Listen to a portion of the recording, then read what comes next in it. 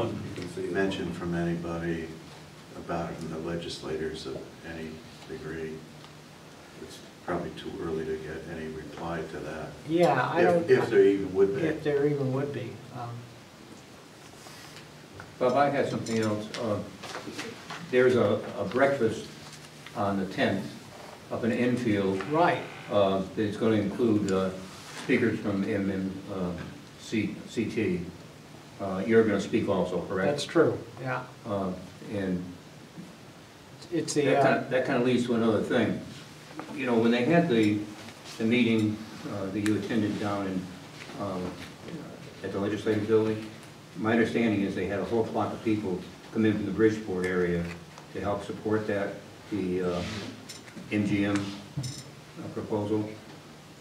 I think that our little town should start to organize groups of people who go to those legislative meetings and on behalf of the Indian nations. And I think we should put our heads together and decide how to do that. If something comes up down there, I can certainly take 3 people in my car who do not want to drive. And I think if we can find more people who would be willing to do that, we might get more people willing to go down and voice their opinion in favor of the Indian Nations casino here in East Windsor. That's something we could put on the town website when they do have those, that people can look and see if there's some interest that people want to be notified. I agree. So I'd be glad to do that as well. Okay, good.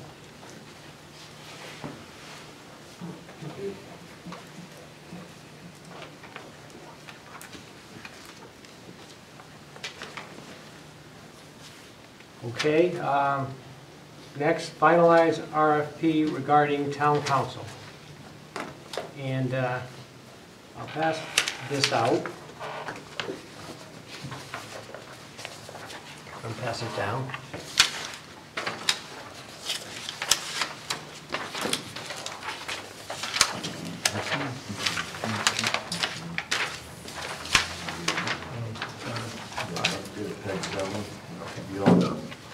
Right, and what this is something from an RFP from Glastonbury. And the first sentence reads, the town of Glastonbury will be accepting proposals from qualified law firms and individual attorneys interested in providing legal services to the town as town attorney and or alternate town attorney. And I passed out, I think you have, does anybody not have the RFP that was in the packet? And I put that sentence in as our first sentence. And I know we had discussion before, and we decided not to put individual attorneys in. But since our discussion, an attorney called me up, and it was an attorney who had 16 years experience, and he had been the first selectman of Suffield. And he asked, and so I asked him, how much would you charge? And he said $175 an hour. So there are, and I'm not saying that he should be do all our legal work, but certainly he could be an alternate town attorney, and we could allow him to do some of the work at a much cheaper rate. And I'm not advocating him, but what I'm advocating is this is the time we're going to advertise for an attorney. And by putting this in, we'll get a lot of applications, and we can pick and choose who we want. And I think to limit the number of applications come in is not going to help the town, it's going to hurt the town. So and we can choose who we please. So that's the only change that I changed it back to. And then also on page, well, let's see.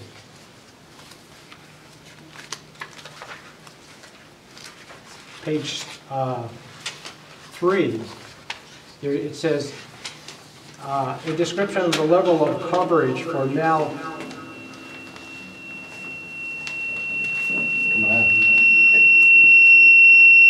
Oh, it's-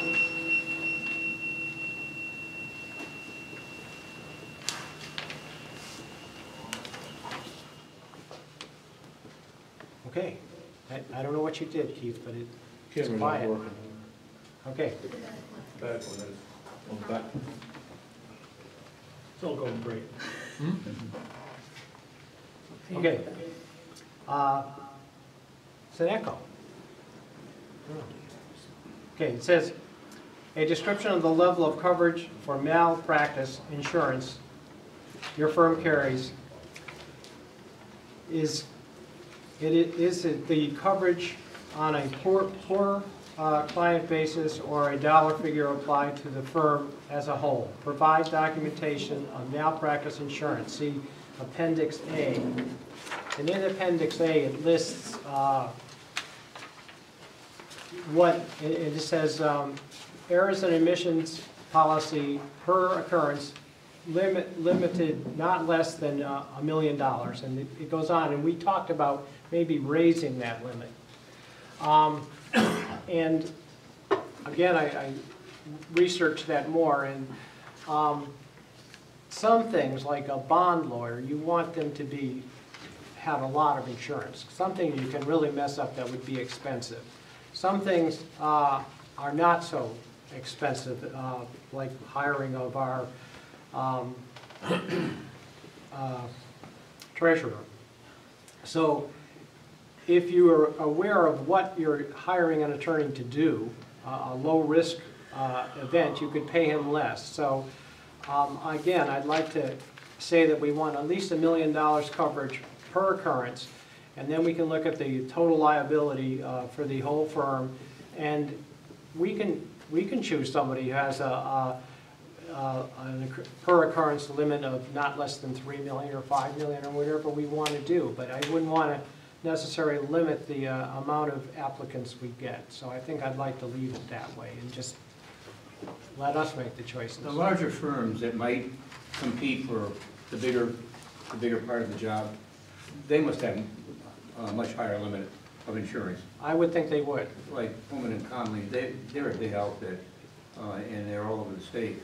I've got to believe that their numbers are Oh, yeah. much higher than $1 million. We're just saying if you don't have at least $1 million, don't even apply.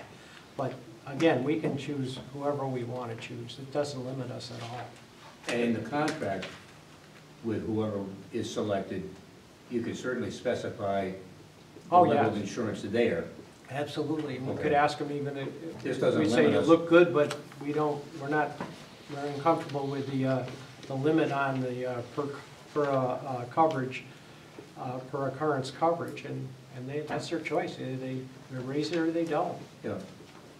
This doesn't limit us in any way in soliciting from smaller firms, but it doesn't mean that we should stay with that with the larger firms that you're going to give the more complex jobs to. Absolutely, and absolutely.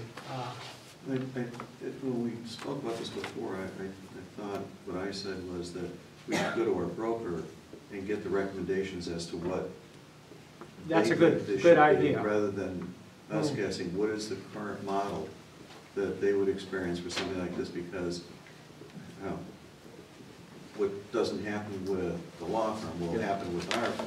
Yep. You know, our insurer. Additionally, in here, in this Appendix A, that there needs to be a section here that says that the certificate of insurance, the effective dates of the insurance certificates, you know, renewals need to be received within 7 days of expiration. It does not say that there.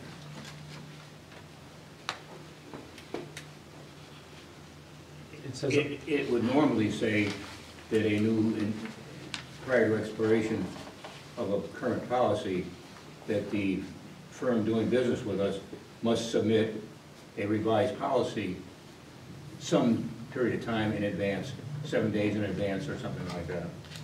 You don't want to have underlap on something. yeah, it says all insurance may not be canceled or modified without 60 days written notice by registered mail or to the treasurer of the town of East Windsor. So, That's not what I'm saying. okay, What I'm saying is that, in essence, if someone, they have this policy, an E&O policy, and it's for 12 months, and at that time, you have, you're a certificate holder for Yeah. that, and then you need to be getting one within 7 days of that expiration. okay, so, They generally don't issue them a month in advance. Okay. It's pretty close to the date, because most times they're shopping that. okay, And to get from our broker, I don't know who that is, that's but Kerma, what they are recommending for Yeah. this. okay. Okay, and that way, we'll be more on track with it. Good. Any other changes? I had questions, I guess, more than changes.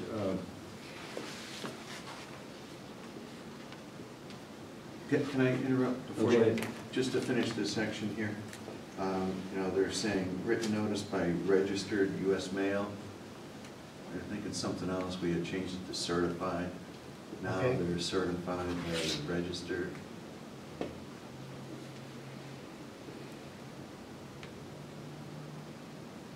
Mhm.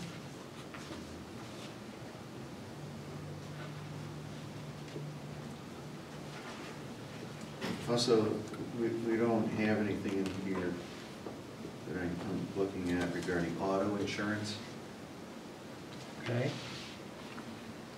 and that they have a liability policy, and that's just kind of standard procedure. In the event, the attorney had Jason in the car taking him to a court date and got into an accident, that you want to make sure that they're the ones that have the coverage and not the town. okay, Because you'd be on town business, the town would be required to cover that. So we should have that auto policy there. okay.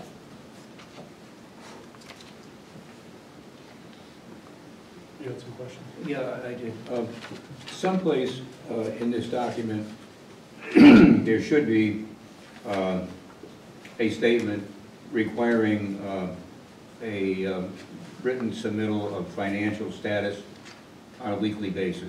Okay, that's we've been good. struggling with that, Mm, and that is not at all impossible these days. And it makes for an easier accounting of accomplishment versus expenditures. mhm.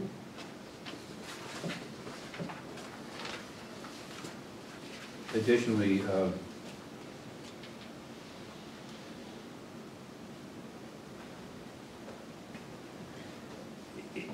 in the required information, I would think it would give us a better understanding if we were told the number of employees that the law firms have and a listing of their specialties.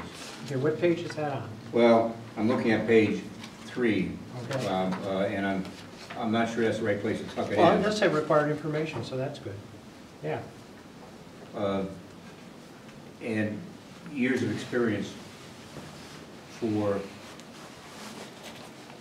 these firms, and specifically the people who would be dealing with us in the areas you've listed on page 1. okay.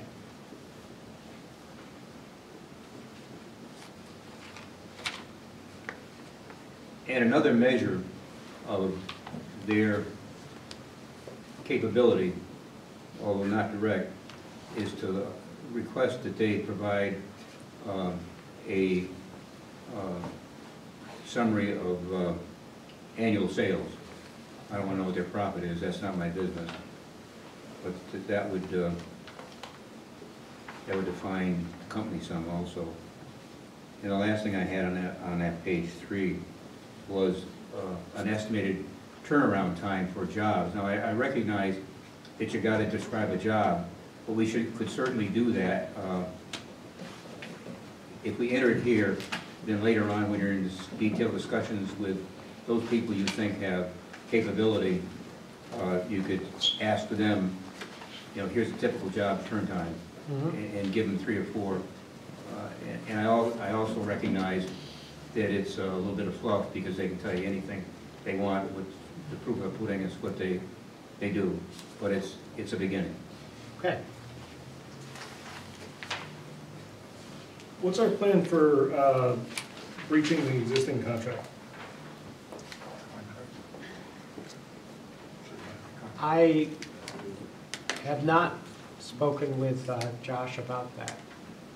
I mean, there certainly is a strong possibility that we'll owe some money there. Could be a sizable amount of money, because there's 2.5 years left on a 3-year contract. Can I suggest you don't discuss in public, have any debate in public about Point of order? breaking, point of order? It seems to be, it may be not the best idea to be discussing in public possible future litigation and issues about breaching contracts. Is that legal advice? That's my advice as a resident of town, and probably as an attorney as well, yes. I look forward to seeing your application. I agree with that. This is a very complex issue, and I think there are a lot of things that we have to discuss that we're at the beginning of. And I also don't think the determination, if we do that, of our current company, is dependent upon us going out and getting proposals and looking at other companies. As a matter of fact, it puts us in a stronger position with our current company if we have that kind of information available to us. But there are a whole lot of things that I have questions on. Do we have a contract with Pullman and Connolly? We have a Yes. I letter of think, agreement. Andy, I too believe that I think this we should not be discussed Yeah, in I think we public. should just stop this. I do Right now. too. Stop it It should right be now, in, right now. it should be in an executive session. These are questions go on, in my mind, go on for a long time. I sent you the engagement letter. Hmm? I sent you the engagement letter. I have that. Yes. Yeah, I've had it for a long time, and I've read it a bunch of times, and it is not a contract. It's a, We can't really. we You know, shouldn't go I don't through think, this. you see, if you're gonna go into litigation, or even if you're going into negotiation, or if you're going into litigation, you don't discuss with the person who's suing you what you're gonna do and what your problems are. If you're gonna Well, go I into think we litigation, just I don't cease- think I'm not. I would just cease we're- this conversation. I certainly would. Stop right now. I would too. Not another word. Yeah. Let's move on. Okay. So I heard what you said. Go ahead. So I still want to push back on the individual attorney versus a law firm. I think that the issues that the town faces are too broad for a single shingle guy to really do well. I think that we would be better served by having a firm that has some expertise. And so I appreciate Andy's suggestion about a listing of attorneys that are, I guess, of counsel is the term, and the specialties that they have. That really is an important thing to consider, is that we'd be able to get our needs met. I don't think we do that with an individual attorney. However, Jason, having a single or a very small firm that has really good expertise in a niche area, it's not wrong to have them submit what they have for capability, so they can take a look at it. And I always keep going back to my business on you, and I don't mean to do that, but we used to buy I actually like your business. yeah. We used to buy some very sophisticated oxygen regulators from a very small company up in Buffalo, New York. And in that business, they were the very best of all. There was just nobody in the whole world that could beat those little guys. And they had like 30 people in the company. They had one designer. If he died, we're dead. But that was a risk. So I would not like to rule out that little specialty outfit who can build me regulators. Yeah, but the guy who's building your regulators isn't the same guy who's going to be building your thrust engines. No, and that's okay. And that's okay. My point is that, with somebody who has a narrow expertise, and only a narrow expertise, there's a litany of things that they have no expertise or limited expertise. You're absolutely right. That doesn't serve the town. But that doesn't mean we shouldn't have that kind of capability on contract, on staff. Retainer. just for that area of expertise. So how many specialists are we aiming to hire? I passed this out, first thing I did, Yeah, and I'll read it again. It says the town of Glastonbury, but it says, I put the first sentence in here. It says, "The Board of Selectmen of the town of East Windsor is accepting proposals for qualified law firms or individual attorneys to serve as the East Windsor's town council or alternate town attorney." So the town council could be someone from a very big firm with all kinds of expertise. The alternate town attorney might be somebody who could do less risky things, things that you would trust or have an expertise in an area, and you'd have them, like I said, read a contract that you were, like, for example, Amy's contract, when we sent it to Pullman and Comley, they charged us $2,000 to read it, and we all read it here, and there was nothing, it basically said, yeah, this is a good contract, I might change a few words. We didn't need to pay $2,000 for that. That price might be high, Bob, but they did a good job. They did a good job. They did a good job. I agree, but I didn't want a job like that. What? We actually took a contract that was approved by a former attorney and just changed a few words, and that's why he had some good advice. And also when I gave it to Hawks Lad, I said that in a letter. I said, we don't want to change any words here, and I said it in an email. But he gave it to another person who I didn't have a conversation with, and I understand what the guy did, a very good thing. He read our charter, but that's really what I wasn't looking at. I didn't want to spend so much money on that. I didn't think it was necessary. as I recall, we were gonna disavow that advice after having solicited it. Yeah, the only reason I solicited it, but I would, if I had a lawyer to charge me $175 an hour and I could talk to him before he actually did it, I said, listen, this is good, we took it from another lawyer. If you think there's anything really outstanding here, or really gonna hurt us, let us know. But if it looks good, and we change a few words, that's fine. But this guy did a study of the whole thing. He did a very good study. But that's precisely why you want to have the ability to hire that small firm, because there's probably some person out there, lawyer, who could have done an equally good job at half the price. You know, I haven't been in this business very long, but what I've seen of Pullman and Connolly, they do a good job. They do. They're pricey, and that's not our business. We're not in business to pay high-priced organizations. It's our job to get the very best job we can at the lowest price we can. And if you can find a firm out there with equal capability to Pullman and Connolly at $200 instead of $300, then we made out like a bandit. So what I'm hearing is we really don't know how many we're looking for. Two firms I think we're looking for a firm and an alternate. See, I think when this finally does go out to solicit, when you look at applicants' qualifications and the required information, it's going to limit the number that are actually going to apply. So all this really becomes moot, you know, that you're going to get those that have the qualifications that we're looking for without talking about them all night here. They either do or they don't, and no one's going to send something in that doesn't hit on this for the most part. We just went out to hire an attorney at work, we got 65 responses. Did you really? 65. Well, So many. Law firms? No, individual attorneys. So many that we actually need to do referral questions and winnow the pool. We can't interview 65 people, you know, it's impractical. we know the state's got money. The state does not have much. Bob, the last comment I had is, should this document have a reference to rates table? I don't know rates. Yes. Yeah. Yes. You know, what are their rates? And it shouldn't just be the attorney's rates, but for legal, legal aids and things like that. Okay.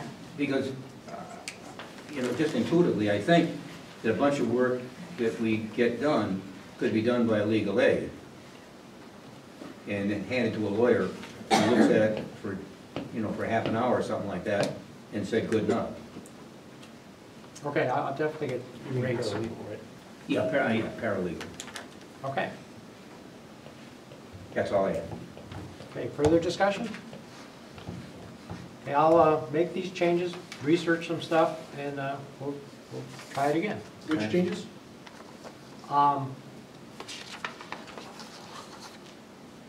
You want me, well, this is what I intend to do. So, well, I'll cut you to the quick. Are we leaving the single attorney in there? Yes.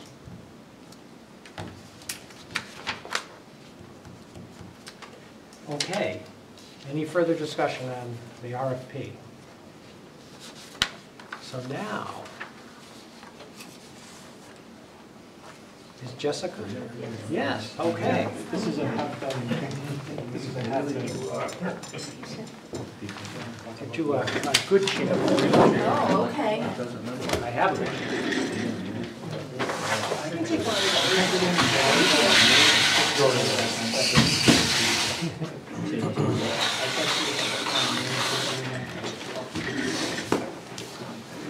All right, so I'm here to give you an update on what the Barbrook Mill Committee has been up to. And you thought you were gonna get out of here early, right? I know, I said we're first on the agenda, new business. I said before 11.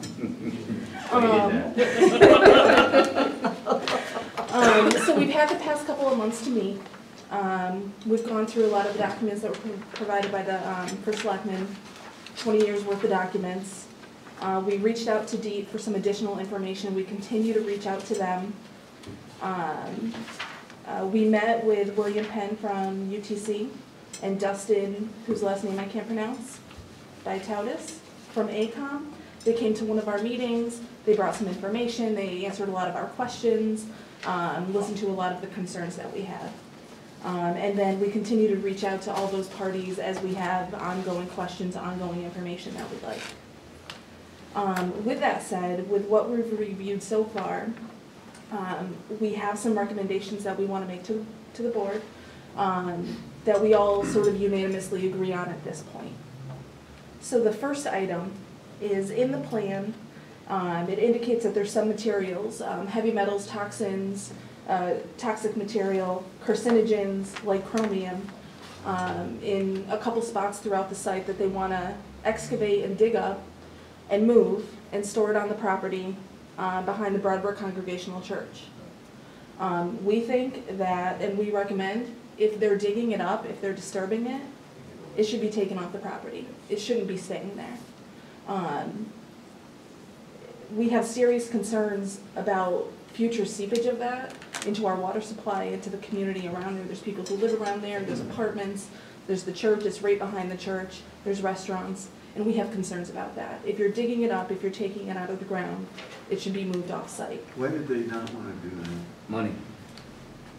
Question, Yes, this is where they want to just put it in a pile, cover it up and leave it there forever? yes. Yeah, No way. No, that's what they're gonna do unless we can stop it. no. Yep, just put it on the hillside behind the church. Forever is a long time. I mean, they can take that down to a place in the lower part of the state where they burn this dirt and get all that stuff out of there. And that's what we're And they're recommending. trying to save money. We're a little town that gets stepped all over, I keep saying it. These big companies don't care about East Windsor. What does DEP say? They've got enough money where they could do this right. They'll be in the next 2 to 3 months, Sean. So right now, with the plan, it's sort of in that process where they have the plan, they send it to DEEP, DEEP and EPA review it, EPA offers their comments to DEEP, and then DEEP offers the information back, so it's kind of this back and forth. So far, for most of the plan, it seems like DEEP is sort of going with it, but that's where we have to sort of make our voices heard and our recommendations heard for what we want to have happen. So what's the next step? When are they gonna start doing something? That's a good question. So, part of our next step, in regards to a lot of that, is to nail down what this timetable is, to find out what the latest proposals are, what the latest comments are coming from all of those agencies, and when they plan to do stuff like that. They've been saying the same thing over and over and over. And they So don't come they've said through. this before, to do the exact same thing? Oh, yeah, Mhm. dozen times probably? Well, you know, I think that we're involved in that too. We should have stepped up a long time ago. The people who are on that committee, and I'm one of the members, are really dedicated to trying to bring this thing to closure. Mhm. And I'm not sure how hard we've worked at it in the past, I just don't know. But, you know, the fact that they want to pile the really bad stuff on site is bad. I don't know how we bring that to the attention. Maybe we take and go out to the press and say, this is terrible. And it is terrible. You know, and start scaring up some public support for not doing that kind of thing. The other thing is, a next step, we better start stepping out and finding out if we can find a private sector partner who would be willing to do something with the building, rather. Jessica's found out some real interesting stuff, and that is that, is it the DEP or is it the historical? They consider the building and the site one and the same, and that's different, because, SHPA, right? Yes. what was it? State Historic Preservation. Yes. So, and that's a real big step, because if they knock the building down, then it's all tied to the land. So I think we have a leg up on slowing the train down, maybe enough so we could go find someone who'd be willing to help us do something with that building. Do things Who that I. has Go ahead. ownership of the building? UTAS. Yeah, You did. United Technology owns everything. One, I said, DEP, some of us, had gone down to Maurice Hamill and sat in his office and met. And I think we could do that again. And I think it might be a good point to do that. That's definitely on our timeline of what we want to do. Okay. Absolutely. So let's Have do to sit that. down with them. And then Charlie made a good idea, had a good idea, and I think it's fantastic. He said we could use the Broadbrook Mill for a brewery. That could be a brewery. It would be a great place for a brewery. I think there's a lot of options of what it Yes. would be good for. Yes. And the first piece is having our recommendations, having our voices heard, so that we can make sure that it's a viable property for someone to want. So the next piece is with the coal ash. While we would love for the coal ash to be fully removed, that's ultimately what we would want. If that's not what happens, if it's not removed, then we want to see, we want them to demonstrate why that's not economically viable. We want to see what the cost estimates are. Where is that, the coal ash? It's- Is it in the ground around Yes. it? Yeah, Mostly around the building. yeah. Okay. It's kind of spread out 8 throughout the acres, site. I think, of the 14. Yeah. Coal ash, they didn't know what to do with the burnt coal, they just threw it out there. But I don't know how deep it is, but not too, I'm gonna guess 8 inches, but I don't know. I have no idea, I don't have that number. Yeah. Use it As I as fill said on the before, property. Bob, my dad was a longtime employee of the Broadbrook Mill, and he thought it was a big plus to get loads of that coal ash all the time. Peggy's house is a brownfield. Maybe not a- Along with cost estimates on why it's not viable, we wanna see why it's also not a health issue. Why that's okay. And as for the buildings, what we're asking from them is more reliable engineering information on the current condition and the cost breakdowns. We want to see the cost analysis of what it would actually take to get those buildings ready for the next step. And as far as we've seen with this Section 106 hearing process that they have to go through, there's a lot of required information, and that's a part of it. They have to demonstrate that stuff. They have to give the money. So that information is probably out there, and we would like to see it. I'm not following that. Okay, maybe you could just back up for who to give the money to do what? So, are you familiar with the Section 106 No. process? Neither were we. We've learned a little bit more. Basically, from our understanding, if there's historic property, Mhm. and any kind of federal agency is involved, and in this case, that's the EPA.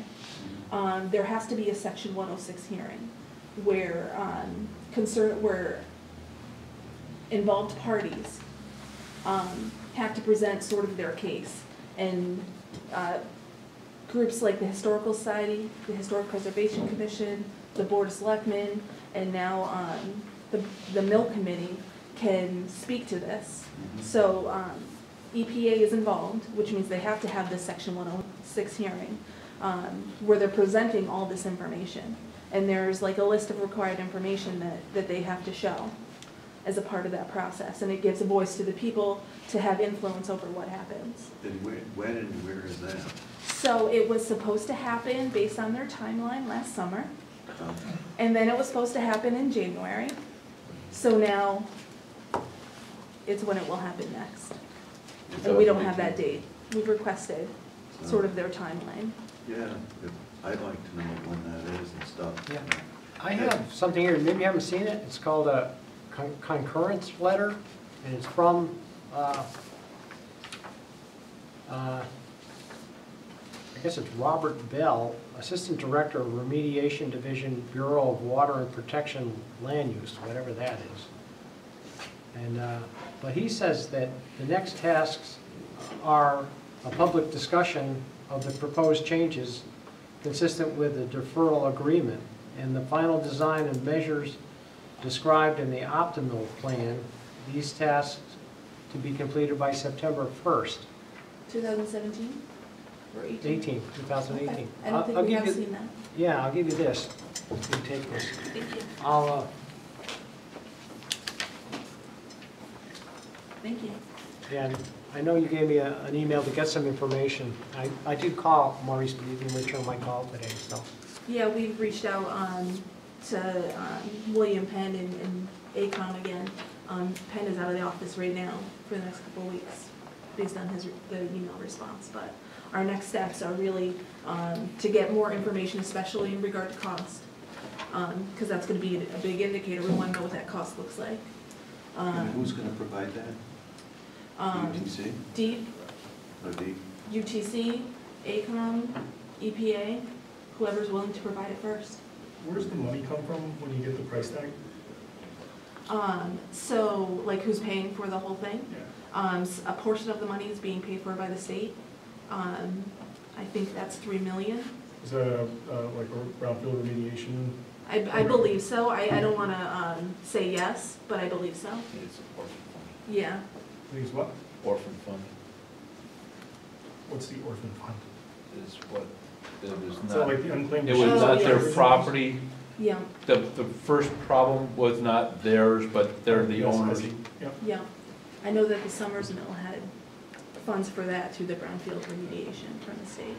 So at least $3 million comes from the state. We want to see how much United Technologies is paying and what that looks like. That's the part that we haven't seen. so no matter what, we can't have them dump that stuff into Absolutely. another area, that's, just can't happen. Well, you know, I don't know if we've had Tim Larson or John Larson involved in this, have we? I have reached out to all the different folks. I Yeah. haven't heard too much back from them. So I told our group I was gonna do the Andy Dufresne method and just email them every day until someone gets back. Eventually they will. Nice reference. I will call both of them, That would be wonderful. okay? That would be wonderful. If I could add something? Sure. As a committee member, Jessica, nice job presenting that. But as everybody knows, in the big picture, you know, again, preservation here, but I'm a member of this commission for the Broadbrook Mill. There seems to be an upswing in this immediate area of the mills. So, you know, this committee, you know, we gotta thank you guys for putting it together, but it really is gonna be important when we get our facts and as a committee, we're really coming together. So I think this is not the final hurrah, you know, but it's really gonna be a great effort. And they're lagged of time, and so we're kinda getting a little leverage on them. This is gonna be a great opportunity in which this committee is gonna need the help of the Board of Selectmen. And like I said, it may be a public meeting with the newspapers and you know, to really kind of throw it out there in a positive light, because you don't want to just say they're gonna pay for it or it's nothing, because it's a toxic waste field, and unfortunately, that's the way it's gonna have to be played out, and that's gotta be remediated, because that's just an eyesore, and, you know, and obviously, the historic value there is probably gonna be in the buildings, because the gentleman at our meeting stated he was talking the land. But that 106 compliance, all that, that's basically, that has to be completely pacified for that plan to go forward. And without, the Indian Affairs are involved, they've all been involved with this, you know, because of the historic value of it. So there could be some potential leverage for the town to really do something really nice and preserve, you know, the real heart and soul of this town, and started right there. Also, like Keith was with me and Lori Whitten, we went and applied for a grant. We didn't get it, but we made a good shot at it, and we would have gotten, I don't know, a couple $1 million. And it was for the economic development of old mills, and so at that point we did have something we wanted to transform it into, but with other ideas like a brewery or something, if we could get somebody who could make money with that mill, I'm sure they'd consider us, because it would be an economic development project. So Yeah, I was thinking about that over the weekend, you know, what could the building be used for? And these microbreweries are hot as a pistol right now.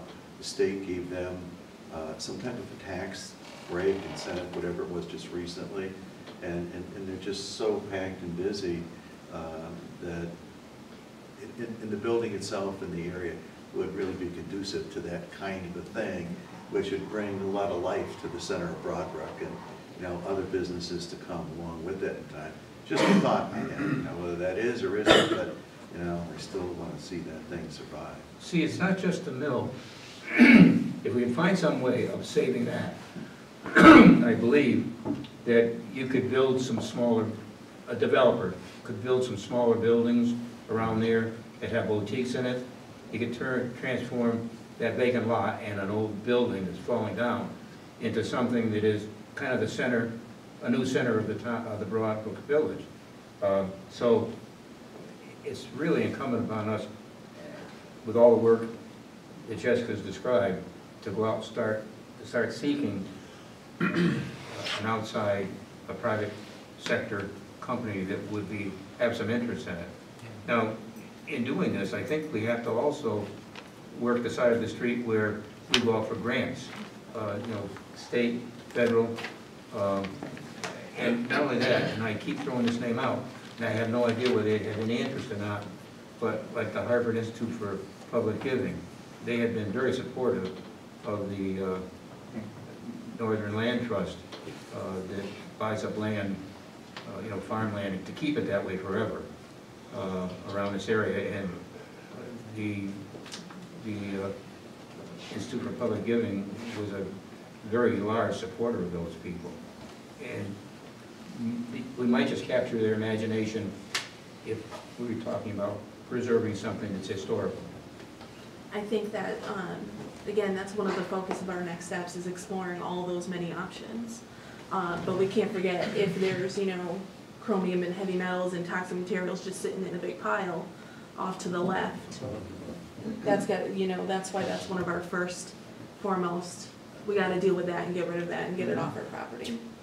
Of the town, out Like of you're the saying, you need our help to, and and I'm sure we are available anytime. So email us, you know, call us up, tell us what you need, and most of we can do is say no, or not now. But do be the squeaky wheel.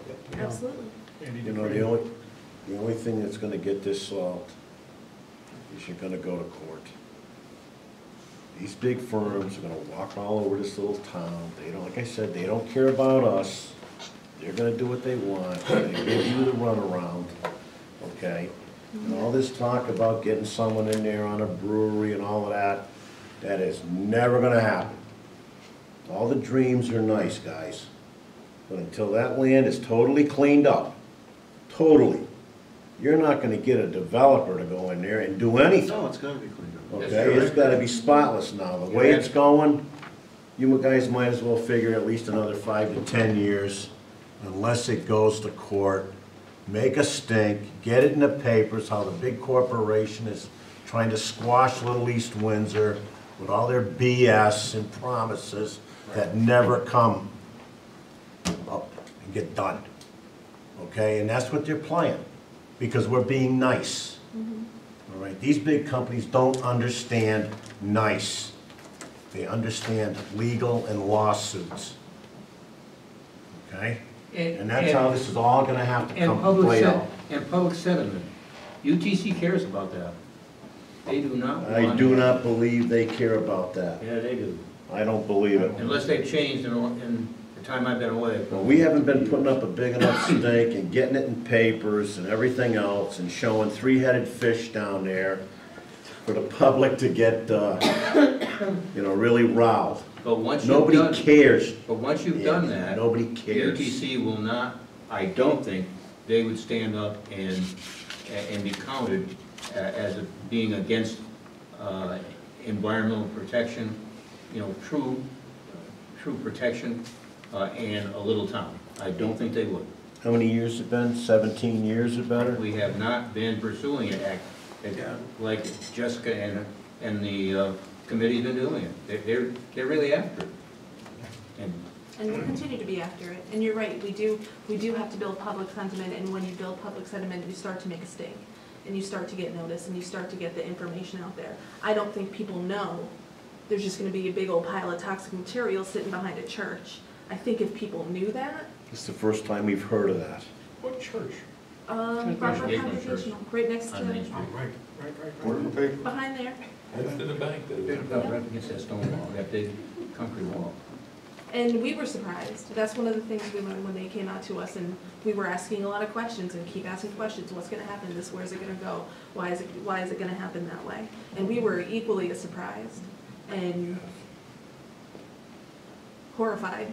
The footprint is twice the size of the mill building that they're gonna pile, The footprint of the ash? Oh, the chromium. Chromium. of the pile of bad stuff. And the people had to move out of the condominiums because of the contamination, but we're gonna put them right next to 6 apartments. Yeah, right. There's 6 apartments underneath the, Yep, absolutely. not to And now- mention the church. And not only that, but, you know, from that site, if you take a look at it, everything is downhill from there, going down Mill Street. You know, and into the brook, Where Steve's three-headed fish is. where Steve's fishing for 300 fishes. Yeah, when we were kids, we used to go swimming off that old cement dam back there. I guess it's finally fell over from what I've heard, I don't know. you know. And there was green stuff coming out of pipes and blue Oh, stuff. God, yeah. But it never affected us, you know what I mean? I Once in a while. I remember days when Not you. the river ran redder than the tide. Any other questions? No. Thank you. Call on us, thank you very much. Thank you. Oh, okay. Somebody will need it. Okay, next is the building department. And I just wanted to let you know that good things are happening, but we only have one building inspector, so in the near future, I'll have them come in and we'll have to think about this. And what I'll say is, right on now, we see there's a Harvest View is a group of 22 homes that are being built in the eastern part of the town. And right now, they haven't started, but they have 12 houses already, I don't know, sold and then Newbury Village, where I live, they're building 25 more houses. West River Farms is building 69. And that's the primary. There's also, there's work that may start on Acorn Drive, 6 houses there in Winkler. There's a condominium with 20, but they're not an immediate thing. But what is the big immediate thing is Calamar. And I don't think our building department can handle Calamar and the rest of the development I talked about. Because what a building inspector, and I don't know, we'll have Rand come in, but obviously when they get the plans, they have to go through it in detail. And then when the foundation in the foundation, the footing support, they have to go out and all through the steps of the building of the house, they have to go out and inspect it. And they have to write up things on all these things. And we don't want to be a town that's unfriendly, saying, well, you have to wait, because you can't build your, you put your foundation in now, but you have to wait for the CO, because we haven't inspected or wait to put up the wallboard, because we haven't inspected the wiring or the plumbing or something. So at some point in time, we're going to need some extra help. And the Board of Finance has talked about contracting help and putting money into that. So I just wanted to give you a heads up, and probably if we did hire contracted help or part-time help, if we can find qualified licensed inspectors, and the part-time would, well, that'd be a different thing, but I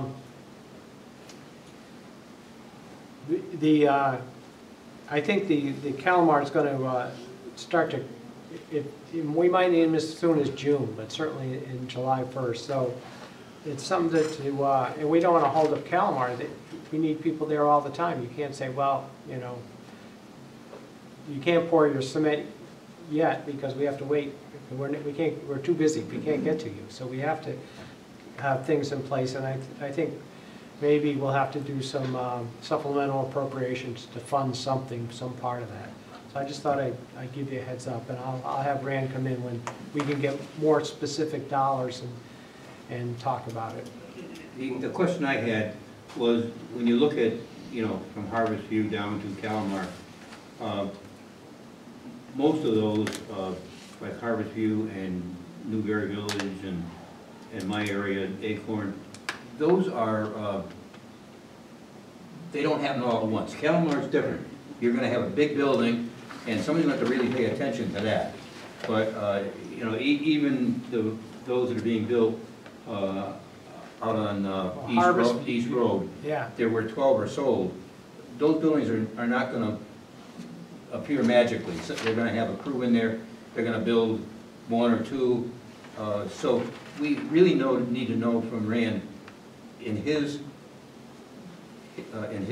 judgment, what's the time phasing of that kind of stuff? Yeah. And what does that time phasing mean to his staff? Yeah, I think West River Farms is another one that's 69 homes, and they've got 3 built now, and Yeah.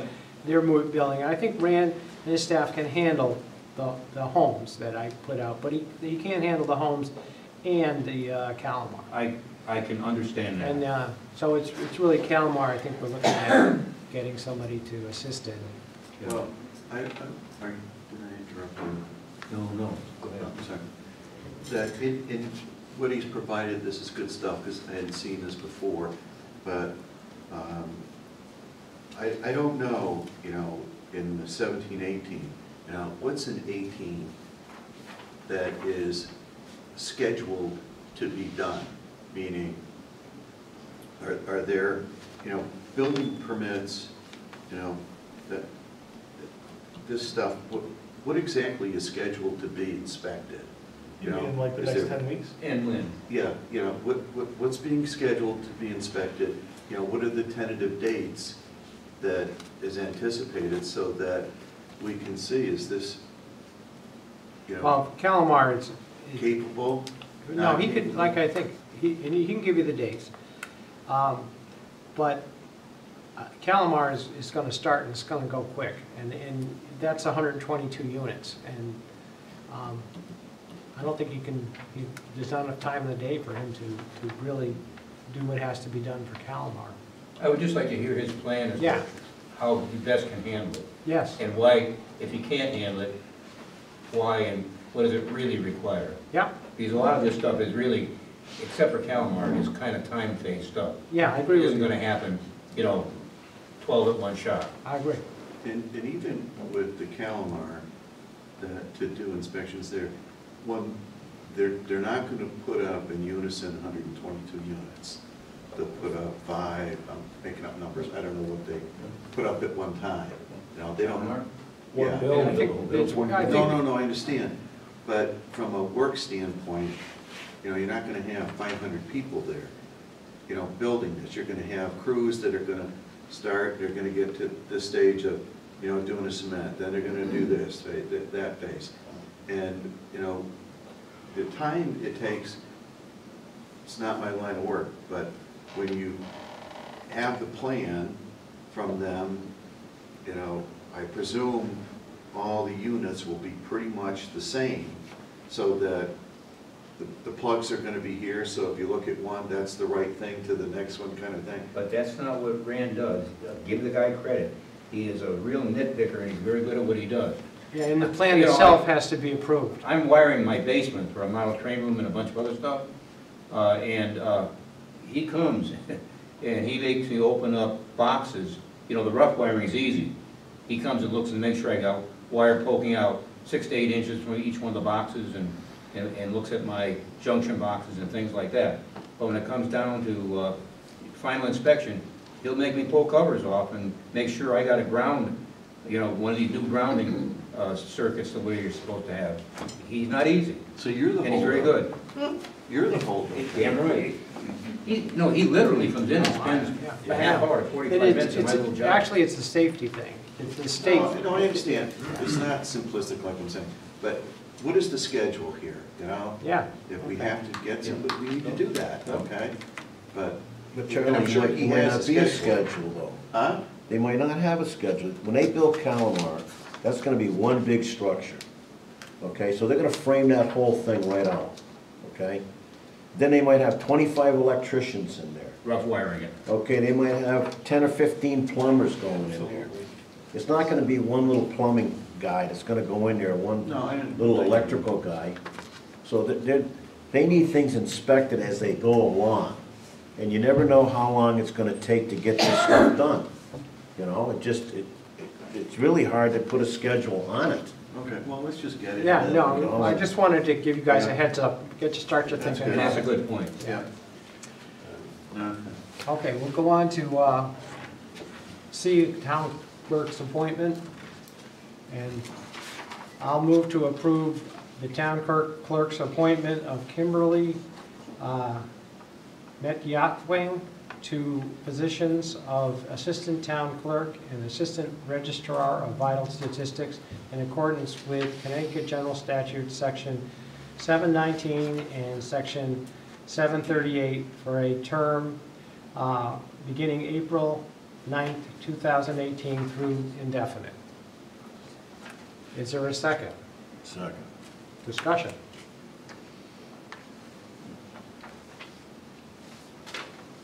All those approved? Aye. Okay.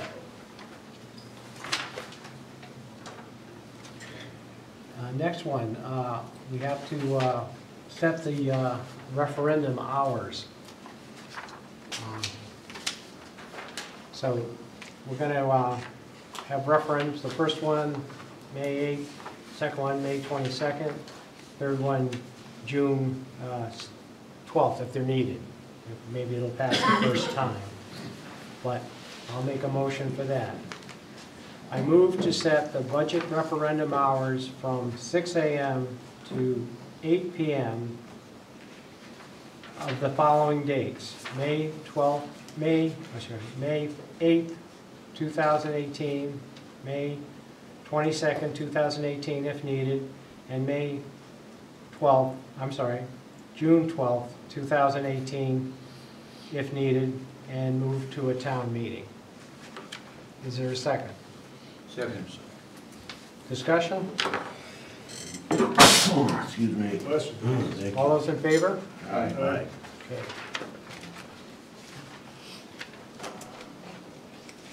Now, to approve and adopt the following documents regarding the Fair Housing Month. And we have to approve these documents so the state will give us grants, basically.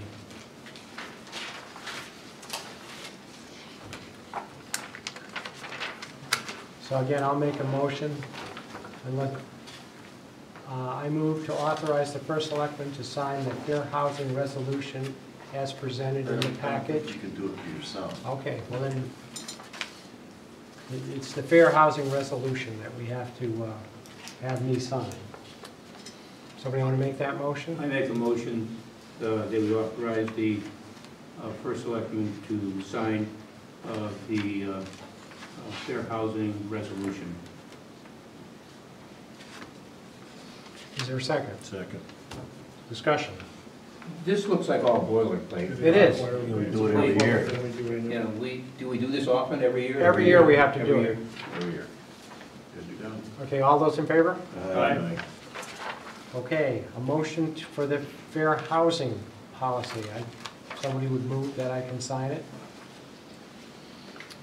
I make a motion to allow the first selectman to sign the fair housing policy statement. Is there a second? Second. Discussion? More boiler? More umbrella. All those in favor? Aye. Okay. I'd entertain a motion to allow me to sign the affirmative action policy statement. I make a motion to allow the first selectman to sign the affirmative action policy statement. Is there a second? Second. Discussion? All those in favor? Aye. Aye. And finally, the compliance with the Title VI of the Civil Rights Act of 1964. Make a motion to allow the first selectman to sign the compliance with Title VI of the Civil Rights Act of 1964. Is there a second? Second.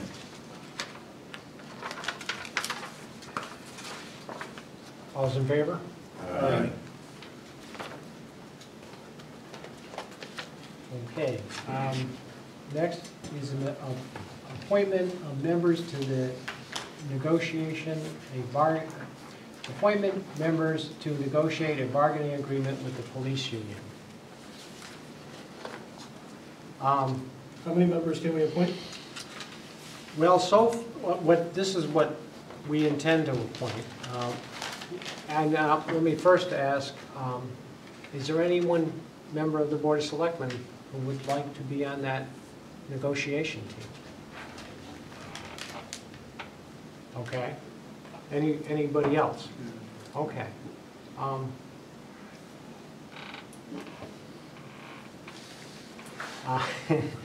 I think we should only have, I was thinking about being on it, but maybe I should be on it. So, I sat in on it once there. you did? Yeah.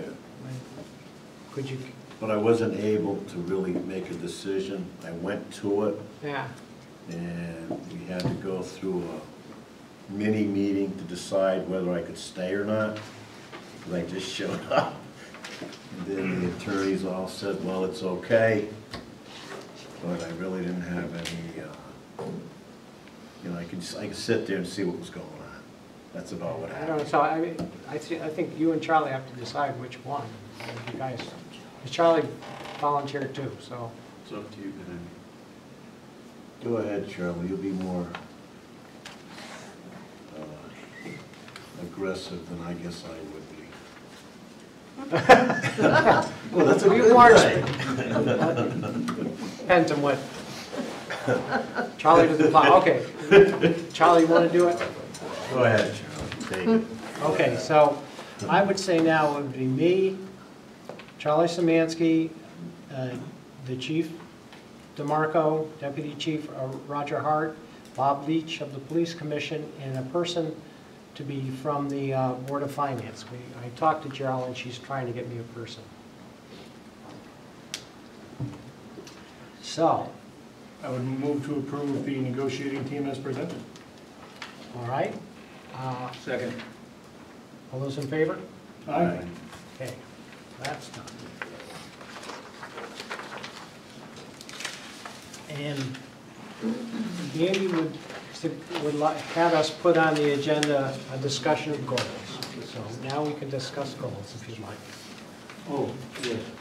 Okay, and actually, what I did is in the packet, I put a memo that you gave us and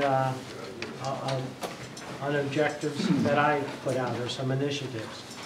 So maybe we just go through and if somebody wants to say something, fine. Dispose of the mill issue. So Jessica seems to be working on that well, and you too, you're in the committee, so. We said 6 months, but I think we're gonna, 6 We're working. years. That's a good committee. They're yeah. working very hard, and they're working smart. Hire an economic development director. We tried. I think that's still, I think it's being changed now a little bit.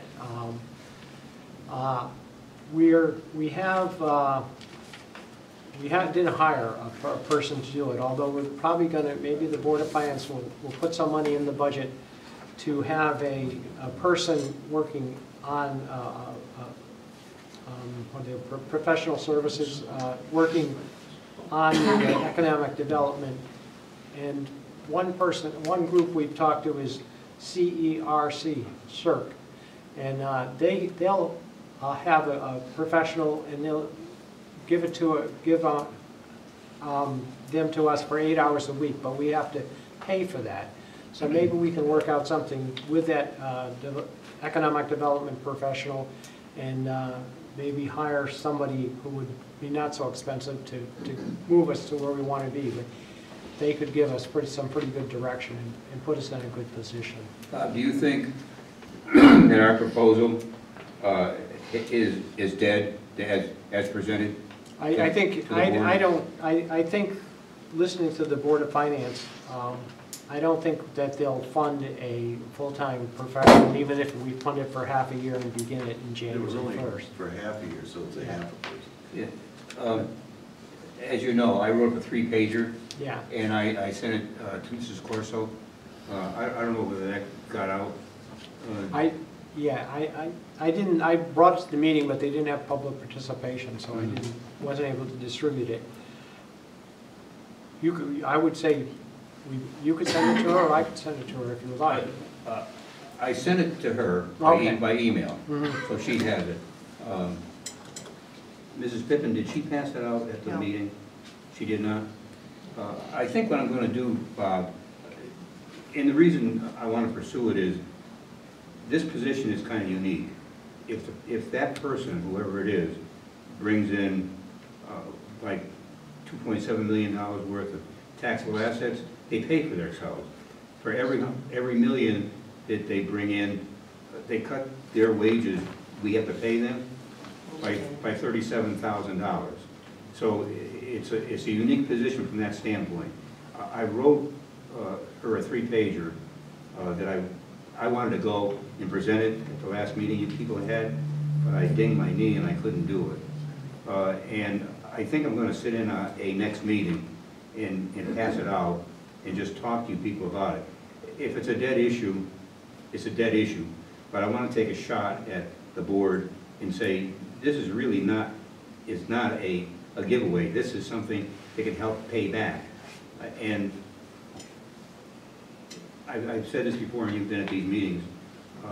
I've talked to economic development directors in the area, and they maintain that we, the town of East Windsor, will really not be a force in regional economic development until we hire a person like that.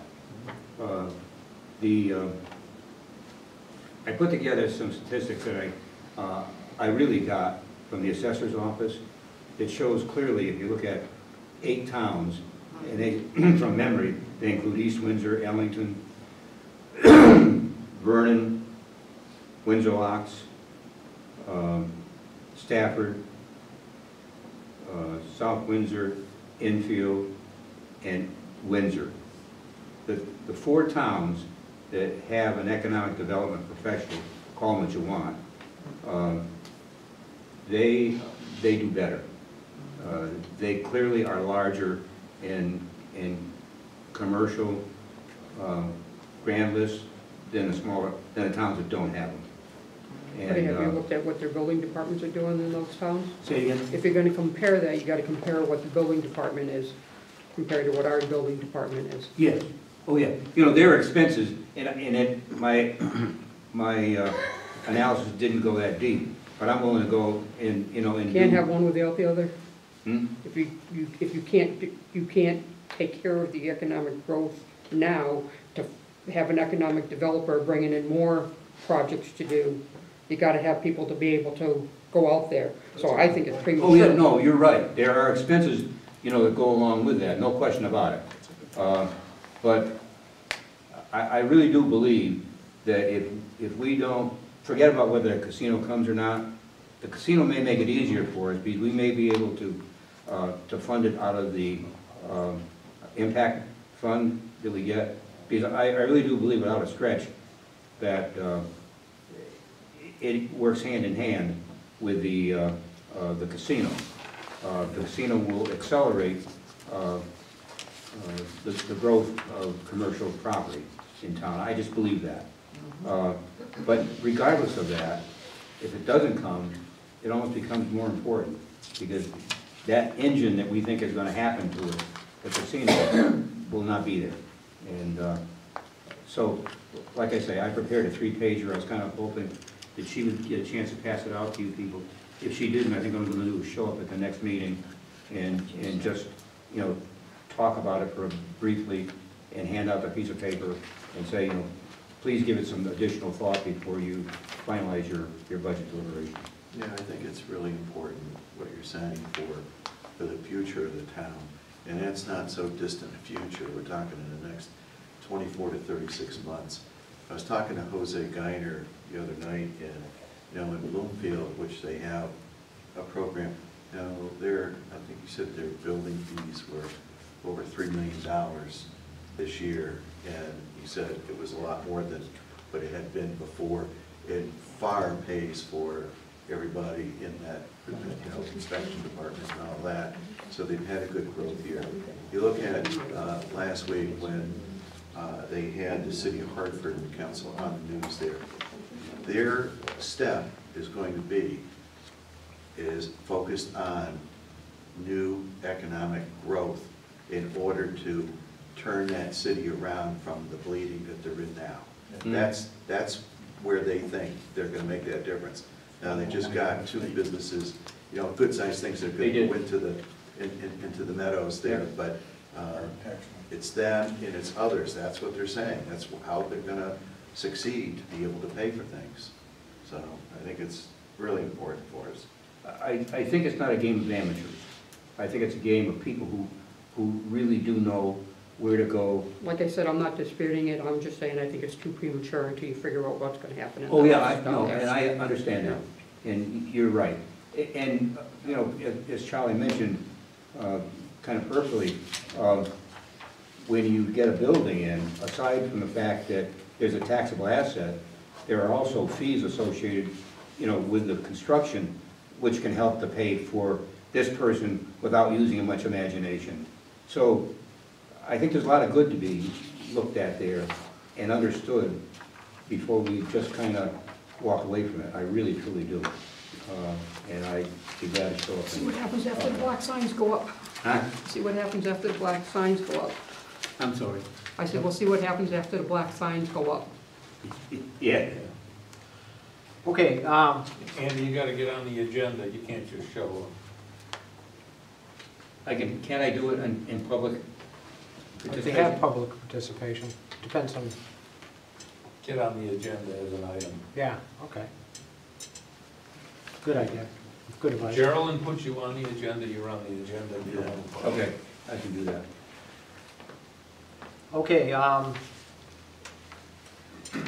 next one on the list was complete a study of the town charter. And my gosh, we're gonna do that probably within a couple weeks. So, I thought we were studying whether to study it. whether to change it. So that committee should wrap up, and we'll have actually start up a charter revision committee. Hold a town meeting to approve the town ordinance to bank the MMCT impact funds in a separate account. Well, do you want to work on that next Board of Selectmen meeting? Yeah. Okay. Develop and implement a drug awareness program. Well, I think there's a lot of people, I'd say Melissa and the police department are working on that, so maybe we should have them come and talk to us and see what's going on. So I'll follow up on that. Study the need for a grant writer and define how he or she will be paid. Well, we haven't done anything with that.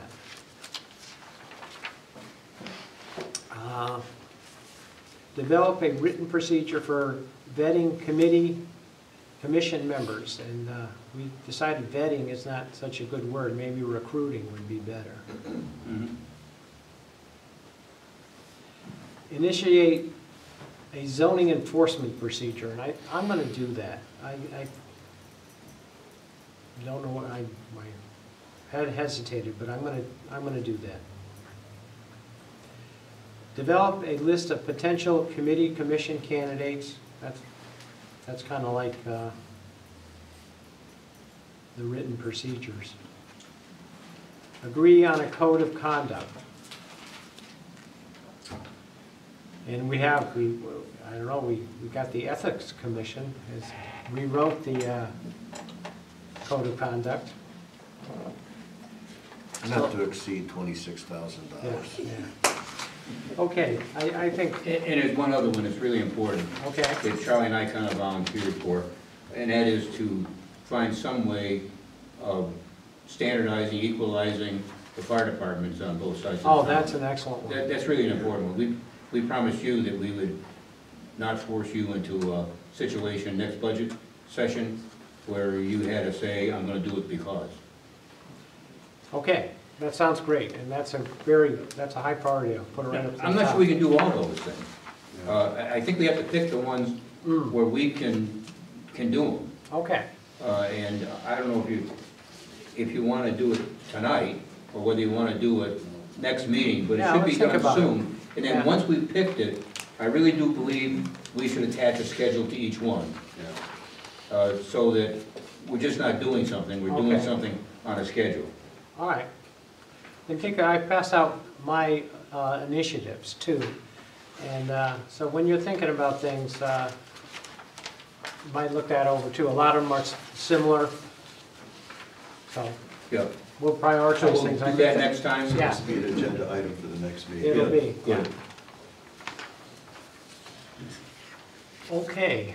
Now, tax refunds. I would entertain a motion to approve the tax refunds. Somebody want to make that motion? I'll make the motion to accept the tax refunds dated, where are we here? 3/14. 4/2/18 Okay. in the amount of $502.45. Is there a second? Second. All those in favor? Aye. Okay. Selectmen reports. Jason? On March 18th, I attended the East Windsor Lions Club Pancake Breakfast. That is a good event every year, and I had a good time catching up with old friends over breakfast, some who I haven't seen in a while. But the Lions Club is one of the community organizations in town that raises money to spread around to local organizations for local causes, but also to benefit their mission of eliminating blindness. So I was happy to go and support that. On Sunday the 25th, the Board of Selectmen held a special meeting to discuss the town's budget. We ultimately, I believe, passed the budget there.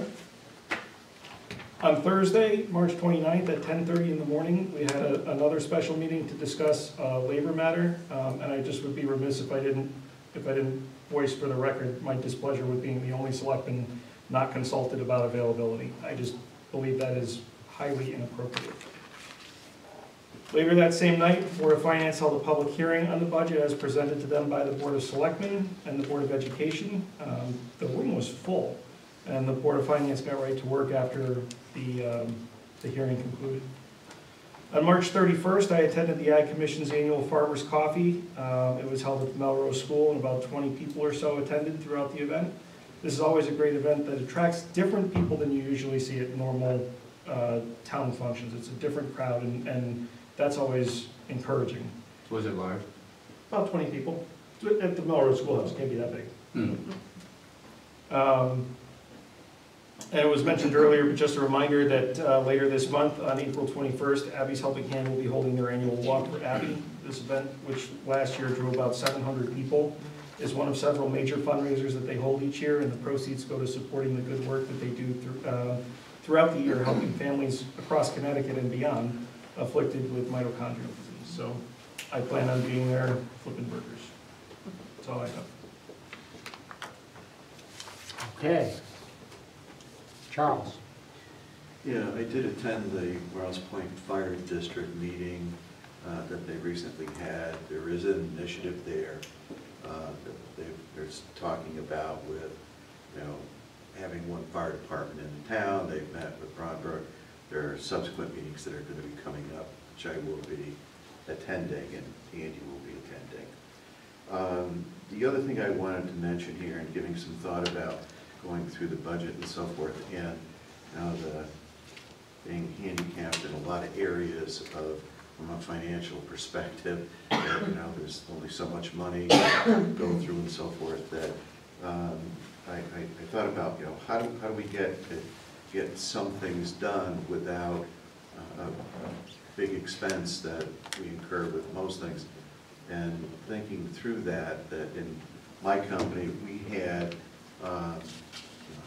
interns from different colleges that came and they worked in the marketing department, they worked in accounting or various areas, and they provided a lot to us. I had a student from Germany one year, and the language barrier, we worked it out, you know, before you know it, I was speaking German. And, but it was all just excellent experience, each and every one of them. And I think we need to think about that a little bit, and, you know, to have somebody to meet with department heads, like in maybe the building department and the treasurer's office, and, you know, I don't know where else that we could get interns from UConn or wherever, and I spoke with Andy briefly about this, to see the viability of that, and that, you know, where it could help us, you know, on a town basis to get things done and do research, you know, things that we don't have time to do, meaning departments, they're full up. And, you know, people like this could do that. So you've got to think about it a bit to see where the best fits would be, but I can certainly see that within government to do that. I don't know what you guys think about that. That's a good idea. Yeah. On another side of the coin, in the technical area, Hamilton Standard did that with UConn, and they also did it with Worcester Poly. And we had kids come in who were targeted like sophomores, and they followed our people around for a bit, and they became very useful. We used to provide them some funds to go back to their university and work on these problems with staff, and that worked out very well. The neat part of it, which wouldn't apply to our town necessarily, is that we got to look at young people in their sophomore year. The ones that we really thought well of, we hired them for the summer. And the following year, we hired them for the summer. And by the time their senior year came around, they knew us and we knew them. We got a lot of good employees doing that, you know, without tremendous amounts of expenditure. So that process works, I think. It works not only, you know, in the technical area, but in the financial area that Charlie dealt with for years and years. And, you know, thinking about the economic development position that we're trying to get, Yep. you know, could someone as an intern help us there? Because I really don't know what 8 hours is ever going to do from that group. I don't know anything about it, but I'd like to hear more about it. But if you had an intern that, Yeah, you know, that would was doing fit. things on a more regular basis, They would know this, what to do, and they Yeah. could tell him, do this, and then Yeah. come back 2 weeks later and check over what he's Exactly. doing. you Yeah. know, at a minimal cost. So Mm, there you go. I'd like to pursue that. Anybody else have thoughts about this? I think it's a good idea. Program? I like the idea.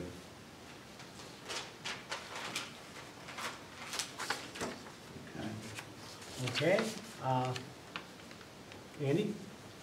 I attended the last Economic Development Commission meeting on the 19th of March. They are looking at draft bylaws, which they have been drawn up for their review. It's a good idea. It helps define what their jobs are and how they're going to go about doing it. The EDC also funded $650 to rejoin the Connecticut Economic Research Center, which is the one, Bob, you were talking about, that came in and offered assistance in the economic development area. The town had belonged to that for several years, and then a couple of years ago they let it lapse because they really didn't have someone to interface with that organization. So I think that that's a good thing.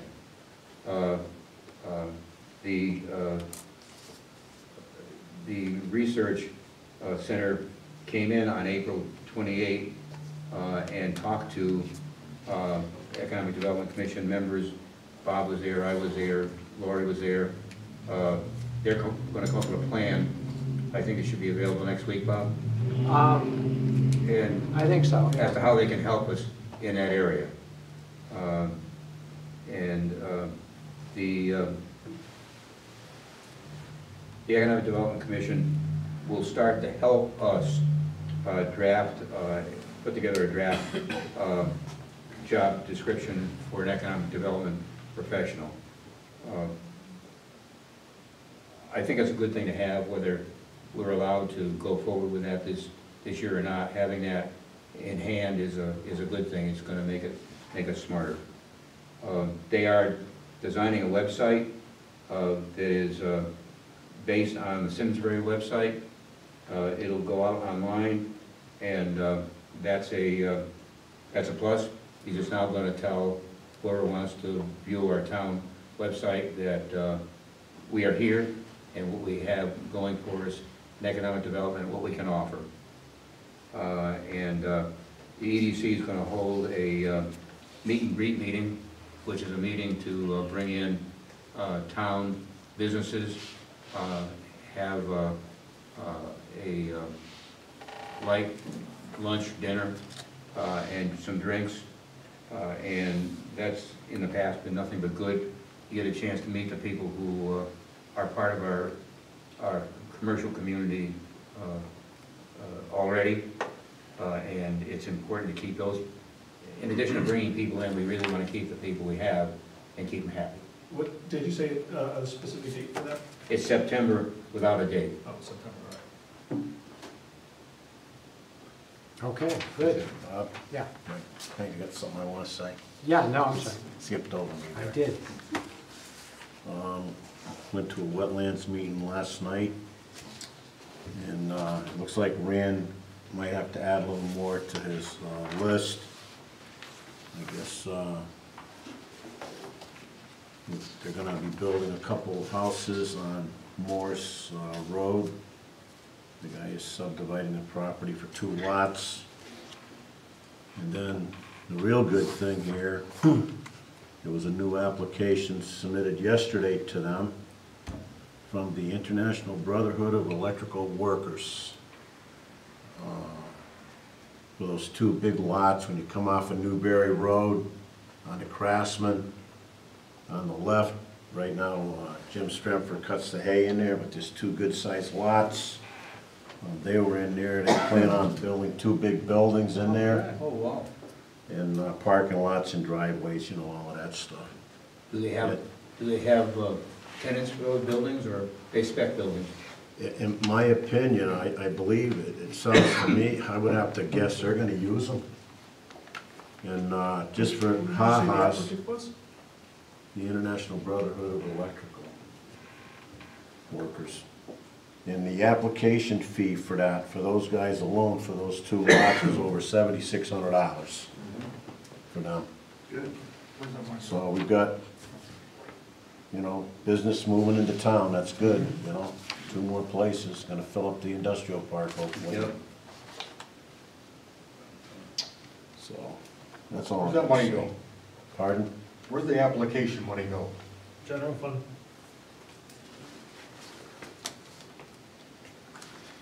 Steve, did he have any more information other than what you've just said about them? I mean, they submitted an application? Yeah, well, they did, they submitted all the mapping, I mean, they did all the regular, water course and stuff, Yeah. you know, that they had to submit to the state, you know, standard procedure. Mhm. Then a map with the site, I know where the two lots are. Yeah. Steve, they haven't defined the size of the buildings or anything like that yet, have they? It didn't say how big the buildings were gonna be, but the, you know, the total acreage is like 15.7 acres right there, with those two lots. And it just says construction of two buildings. And they're north of the fastener building? Actually, they would be, I believe it would be west. They're going to be near, is it STR? They're Pardon? going to be near there. They're going to be down near ST, is it STR? Yeah, they're gonna be on the same street coming in from Newberry Road, Yeah. Oh, okay. on They're those gonna be two right down grassy there. knolls you see. Okay. Those are approved lots. So they bought, it looks like they bought those two lots, they're gonna buy them maybe with approvals, but, yeah, it'll be pretty cool, to see some new buildings going in there. Sure will be. Yeah, Well, more tax dollars. yeah, it'd be great to get the information as quickly as we can and, you know, to have some announcement to the press, just like Hartford did with the two produce companies that are putting up those big buildings there in the meadows.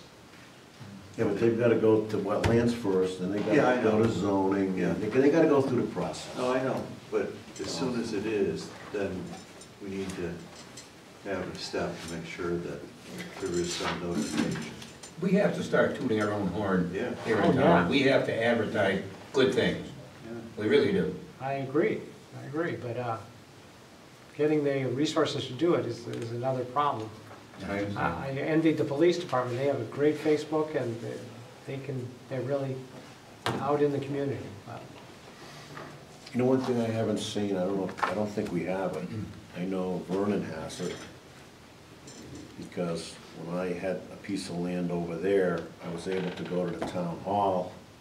They had a list of all the properties that were for sale. Everything was listed, what it was zoned, who owned it, how to call the people, you know, the owners. I don't think we have that. We don't have that kind of a list set up here for people who come to town and say, I want to buy a piece of industrial land that's 20 acres and it's owned by Steve Dearborn and here's his phone number, you know, I that agree. kind of a thing. Yeah, And Steve, I keep on drumming for this economic development professional. That's one of the first jobs you would have that person do. He'd go to Steve Dearborn if he owned 10 acres, and he'd go to Andy Hoffman if he owned 15 adjacent acres, and say, I got somebody who wants 25 acres. Can I put you two guys together, and will you sell it at a uniform cost? That's the way it price should rather, work. Of $1,500 an acre or whatever it is. Yeah. That's a really important part of what they do. Absolutely. Each one of the towns that have one of those type people do that kind of thing right up front. So when somebody comes in and says, I'm looking for 40 acres, they say, I got it here, here, and here. I agree. I remember in that meeting we had, I said inventory, that was what I said we had to Yeah. do, yeah. Yep. Well, the person that's gonna ask for that, you know, to put up a commercial structure, now, they're gonna have a broker that they're working with. And the broker's not gonna do that legwork. The broker's gonna go to a town where they have that. Yep. I can put you in here and I can put you in here. They're not gonna go to Steve, go to Ian, you know, what do you guys think? You know what I'm saying? No, they're That's not. why we gotta have that done. We'll still be sitting here with, looking for money. Well, yeah, we're looking for money now to do it, so. Okay, Steve, you done? Yep. Okay, I want to pass these out, pass them down. These are in the packet, I think. Yeah, okay, they're in the packet. It's just a reminder that Everybody got one? Yeah. Barbara Spiegel is going to have something on May 12th, and you have to RSVP by April 12th, so that's coming up. So if you want to go to that, I think I will go to that. And And she did get her letter? I talked to her, and she's busy now, and she wants to go to planning and zoning, but in the fall. And so I said, when you're ready to go, you let me know what kind of help you need and what letter you want and what you want to say, and I'll do it. So we put it off till the fall. Okay. And the other thing that I want to talk about was today, I sat at this table with the group, the CROG group that's doing the Route 5 study. And so, and also at the table was the police chief, and Joe's still here, Joe Sauerhofer, and but an interesting person that was there was Larry Tribblquane, and it was we talked about Route 5, and I'm sure you too. Steve grew up on Route 5. He said, I used to ride my bike down Route 5. I know Route 5, and he had a very good understanding of Route 5, and he wanted the traffic lights timed. I guess they're not timed anymore, and so that was interesting to listen to him. And what they're planning to do, this was like the first meeting, and they gave us a Gantt chart, and some of the other things they're going to do, they have an advisory committee, that was us, a technical review meeting, and that there's going to be three of those, public meeting, 4 of those, one in I guess it would be May, one in July, one in the first quarter of 2019, and one in the second quarter of 2019. They're going to have newsletters they put out, and they're going to do counts next week. They're going to start counting the traffic all along Route 5. So that Route 5 study is now underway. When was the last time you did a count? I have no idea. And where? This is a $250,000 study that's funded by the state. Counts that they've had before, I don't know about. Bob, does that also include the potential for widening Route 5 through East Windsor? Yes, the answer is, but I don't, they're not at the point at all. I understand that. But, and then Larry Tribble was talking about places where you could widen the street, and how they might do that at intersections that might help the flow if you widen the street. So they'll look at all that. I didn't get the feeling that they were going to make it a double lane both ways for the entire length of Route 5 in East Windsor, but they're struggling with that. The one thing that Larry Tribble said, or it was Larry Tribble, I think, he said that during rush hour, coming off on exit 44, people will be backed up onto the highway trying to get off the exit, and he said that's very dangerous. Somebody's going to get rear-ended, and it's not going to be a pretty accident. So. Something that surprised me as part of this Economic Development Commission interviewing of companies that I did, I went and talked to Larry, and when he expanded that facility of his, and it grew so that it has a lot of traffic, he actually had to pay for the widening and the extra lane in front of his facility, which just amazed the hell out of me, but he paid for that. Yeah, yeah. Wow. And the traffic light. There's something wrong, there's something wrong with that, I think. Wow. The state's broke, so. Yeah. I don't know If how we were much- in Texas, that wouldn't happen. Mhm. They'd have bulldozers on the street tomorrow being paid for by the state. But even going back years, Andy, that where that traffic light is on Route 5 by his place Yeah. there, that wasn't there, and He paid for that. yeah, well, there was a fatal accident there. Someone coming out, and I think somebody was a dealer, got killed there, and I think the dealer was a pedestrian, and that state wouldn't do anything, and he paid to have that light put up, Yeah. which they should have done that very quickly. It seems like that. Yeah. That happened, Charlie, because the guy didn't put it in park or put the brake on, and that's what happened there. The You car remember that? started rolling out towards Route 5 and it ran over somebody. You remember that? Yeah.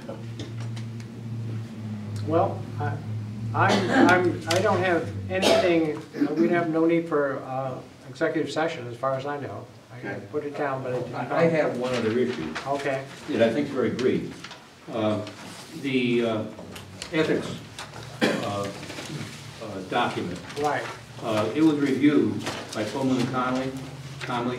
They did a heck of a good job. And I'd like to make a motion that we accept the changes they've made and publish it as they've directed. Okay, So the next, I will second that for discussion. okay. But we need to forward it to the town meeting. We need to ratify it and then forward it to the town meeting. Okay. But the next thing we should do is ratify it? That's what we're gonna do tonight, Okay. based on your motions, we're gonna approve it. But I move to amend your motion to forward the ordinance to town meeting. Okay. I second your amendment. Second. Okay. And I can't do that. Yeah, I guess I can. Yeah. I second. Any discussion? All those in favor? Aye. Okay, That's not amending the motion. yeah. Now, all those in favor of the motion as amended? Aye. Aye. Aye. Okay, They did a good job, again, that's an excellent review. okay. I would entertain a motion to adjourn. I make a motion to adjourn. Second? We had a bunch of. I second. All those in favor? Aye. Aye. What? So on the 19th, we'll talk about it Monday. But put on the draft,